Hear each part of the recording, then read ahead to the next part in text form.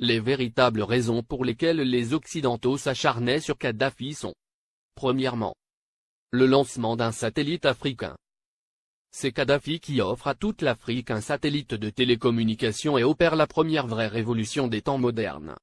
Ce satellite assure la couverture universelle du continent pour la téléphonie, la télévision, la radiodiffusion et de multiples autres applications telles que la télémédecine et l'enseignement à distance. Pour la première fois, une connexion à bas coût devient disponible sur tout le continent jusque dans les zones rurales grâce au système par pont radio WiMAX. Cette histoire démarre en 1992 lorsque 45 pays africains ont créé la société Rascom, pour disposer d'un satellite africain et faire chuter les coûts de communication sur le continent. Téléphoner de et vers l'Afrique était alors le tarif le plus cher au monde, parce qu'il y avait un impôt de 500 millions de dollars que l'Europe encaissait par an sur les conversations téléphoniques, même à l'intérieur du même pays africain pour le transit des voix, sur les satellites européens comme Intelsat. Un satellite africain coûtait juste 400 millions de dollars payables une seule fois et ne plus payer les 500 millions de locations par an. Quel banquier ne financerait pas un tel projet? Mais l'équation la plus difficile à résoudre était: comment l'esclave peut-il s'affranchir de l'exploitation servile de son maître, en sollicitant ce dernier pour y parvenir? Ainsi, la Banque mondiale, le FMI, les États-Unis et l'Union européenne, ont fait miroiter inutilement ces pays pendant 14 ans. C'est en 2006 que Kadhafi met fin au supplice de la mendicité aux prétendus bienfaiteurs occidentaux, pratiquant des prêts à taux usuraires. Le guide libyen a ainsi mis sur la table 300 millions de dollars, la Banque africaine de développement a mis 50 millions, la Banque ouest-africaine de développement 27 millions, et c'est ainsi que l'Afrique a depuis le 26 décembre 2007 le tout premier satellite de communication de son histoire. Dans la foulée, la Chine et la Russie s'y sont mises, cette fois en cédant leur technologie et ont permis le lancement de nouveaux satellites, sud-africains, nigérians, angolais, algériens et même un deuxième satellite africain est lancé en juillet 2010. Et on attend pour 2020, le tout premier satellite technologiquement 100% africain est construit sur le sol africain, notamment en Algérie. Ce satellite est prévu pour concurrencer les meilleurs du monde mais à un coût 10 fois inférieur. Un vrai défi.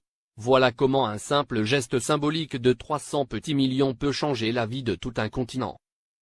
La Libye de Kadhafi a fait perdre à l'Occident pas seulement 500 millions de dollars par an, mais les milliards de dettes et d'intérêts que cette même dette permettait de générer à l'infini et de façon exponentielle, contribuant ainsi à entretenir le système occulte pour dépouiller l'Afrique. Deuxièmement, l'institution d'un fonds monétaire africain entre autres. Les 32 milliards de dollars saisis par M. Obama appartiennent à la Banque centrale libyenne, et prévus pour la contribution libyenne à la finalisation de la Fédération africaine, à travers 3 projets phares. 1. La Banque africaine d'investissement ACIRT en Libye. 2. La création en 2011 du Fonds monétaire africain avec un capital de 42 milliards de dollars, avec Yaoundé pour siège. 3. La Banque centrale africaine avec le siège à Abuja au Nigeria. La première émission de la monnaie africaine signera la fin du franc CFA, grâce auquel Paris a les mains mises sur certains pays africains depuis 50 ans. On comprend dès lors et encore une fois la rage de Paris contre Kadhafi. Le Fonds monétaire africain doit remplacer en tout et pour tout, les activités sur le sol africain du Fonds monétaire international, FMI, qui avec seulement 25 milliards de dollars de capital a pu mettre à genoux tout un continent avec des privatisations discutables, comme obliger les pays africains à passer d'un monopole public vers un monopole privé. Ce sont les mêmes pays occidentaux qui ont frappé à la porte pour être aussi membres du Fonds monétaire africain, et c'est à l'unanimité que du 16 au 17 décembre 2010 à Yaoundé, que les Africains ont refusé cette convoitise, instituant que seuls les pays africains seront membres du Fonds monétaire africain. Il est donc évident qu'après la Libye, la coalition occidentale déclarera sa prochaine guerre à l'Algérie, car en plus de ressources énergétiques énormes, ce pays dispose d'une réserve monétaire de 150 milliards d'euros. Ce qui devient la convoitise de tous les pays qui bombardent la Libye et qui ont tous quelque chose en commun, ils sont tous financièrement quasiment en faillite. Les États-Unis à eux seuls ont 14 000 milliards de dollars de dette, la France, la Grande-Bretagne et l'Italie ont chacun environ 2 000 milliards d'euros de dette publique. alors que les 46 pays d'Afrique noire ont au total moins de 400 milliards de dollars de dette publique. Créer des fausses guerres en Afrique dans l'espoir de trouver de l'oxygène pour continuer leur apnée économique, qui ne fait que s'empirer, ne fera qu'enfoncer les Occidentaux dans leur déclin qui a débuté en 1884 lors de la conférence de Berlin. Car comme l'avait prédit l'économiste américain, Adam Smith en 1865, dans son soutien à Abraham Lincoln pour l'abolition de l'esclavage, l'économie de tout pays qui pratique l'esclavage des Noirs, est en train d'amorcer une descente vers l'enfer qui sera rude le jour où les autres nations vont se réveiller. Pour empêcher Mouammar Kadhafi de concrétiser le rêve de millions d'Africains dès 2014, il fallait donc l'éliminer avant, ou perdre le contrôle total de l'Afrique. Voici toute la raison qui guida la France, les États-Unis, la Grande-Bretagne et leurs alliés dans leur campagne contre Kadhafi. Monnaie, Fonds monétaire africain, Banque centrale africaine, télécommunications, transport, États-Unis d'Afrique. Mouammar Kadhafi avait ingénieusement tout planifié, se fixant comme délai l'année 2014 pour la création de la Banque centrale, le Fonds monétaire et bien d'autres encore pour affranchir le continent noir, après un demi-siècle d'indépendance aux allures de paroles suivies d'aucun acte ou de gouverner sans régner. Après avoir émis l'idée en 2000, lors du sommet de l'Organisation de l'Unité africaine, il a obtenu la création de l'Union africaine quelques années plus tard. Le guide libyen pousse le bouchon plus loin. Satellite africain et Afriquia, deux idées concrètes pour l'unité. Mouammar Kadhafi pousse ses pairs à acheter un satellite africain pour que l'Afrique ait son indépendance en matière de communication. Il préfinance cet achat avec plusieurs centaines de millions de dollars américains. Il s'est dépensé sans compter. Ainsi, pour acheter le satellite africain, il a mis 300 millions de dollars sur la table, témoigne Moustapha Cissé, ancien ambassadeur du Sénégal en Libye, et ex-conseiller spécial de l'ex-président sénégalais Abdou Diouf, en charge du monde arabo-islamique. Le guide de la Jamaïria libyenne offrit ainsi Rascom CAF 1, le premier satellite de télécommunication entièrement dédié au continent africain et ses îles. Il a été mis en orbite le 20 décembre 2007. Cela a été le premier lancement de l'histoire pour tous les pays africains. Kadhafi lance également la compagnie de transport aérien, Afriquia Airways, qui assure la liaison entre les capitales africaines et régions du continent. La compagnie offrait 4 vols réguliers entre Tripoli et Dakar, Abidjan et Le Caire, et bien d'autres. Beaucoup de gens utilisaient la ligne Afriquia pour aller à Paris. Parce qu'on pouvait faire Dakar, Tripoli, Paris, et retour à 400 000 francs CFA, 615 €, ajoute le diplomate sénégalais. Alors Tripoli était devenue une plateforme de communication entre l'Afrique, le monde arabe et l'Europe.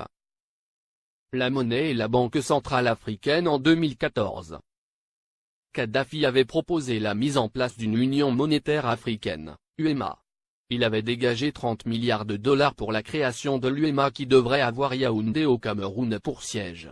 Il avait également prévu la création d'une Banque centrale africaine, BCA, qui devrait installer son quartier général à Abuja, la capitale fédérale du Nigeria. Il était question que cette banque africaine commence à émettre une monnaie africaine à partir de 2014. Ce qui ne plaît pas aux Occidentaux, parce que ça nous permettrait de nous passer du franc CFA, et des autres monnaies qui ne font que briser nos économies. Kadhafi avait une politique africaine très dynamique. Du Sénégal au Tchad, en passant par la Guinée, la Côte d'Ivoire, le Ghana, le Libéria, le Bénin, le Togo, le Nigeria, le Niger, le Mali, etc. Le guide libyen a investi des milliards de dollars dans les secteurs agricoles, hydrocarbures, hôtellerie et tourisme, et dans l'équipement.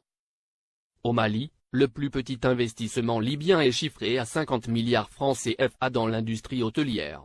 Ces investissements libyens dans l'hôtellerie sont estimés à plus de 50 milliards de francs CFA, a déclaré Oumar Bala Touré, directeur général de l'Office malien du tourisme. Plusieurs autres centaines de milliards ont été investis dans le secteur agricole. Pour les Maliens, Kadhafi est un homme qui s'est engagé pour la cause africaine. Le Conseil national de transition, CNT, est considéré au Mali comme un organe rebelle soutenu par la communauté internationale. Dès le début de la révolte à Benghazi, et l'entrée de l'aviation étrangère, des associations musulmanes et des partis politiques avaient organisé à Bamako des manifestations de soutien à Kadhafi, dénonçant une invasion occidentale. Le guide libyen a, par ailleurs, dégagé plusieurs milliards de dollars pour la création de banques sahélo-sahariennes au Sénégal, Mali, Niger, Mauritanie, Tchad, et Ceuta, et le rachat de plusieurs compagnies occidentales en Afrique pour réduire leur emprise sur les économies du continent. C'est par exemple le cas de Mobil Oil, du groupe américain, ExxonMobil, qui est devenu Oil Libya dans la majeure partie de la sous-région ouest africaine. La Guinée-Conakry doit sa toute première chaîne de télévision à Mouammar Kadhafi. Il le lui a offert au nom du peuple libyen comme présent au peuple frère de la Guinée en 1979. Il a également équipé l'armée guinéenne, de l'armement lourd aux uniformes des soldats pendant plusieurs décennies. Sans compter un appui financier gigantesque. La vie des Libyens de l'ère Kadhafi. 1. La Libye était le dernier pays sur la liste des pays endettés, la dette était à 3,3% du PIB, en France, elle était à 85%, aux USA à 88,9%, au Japon à 225,8%. 2. L'électricité à usage domestique était gratuite. 3.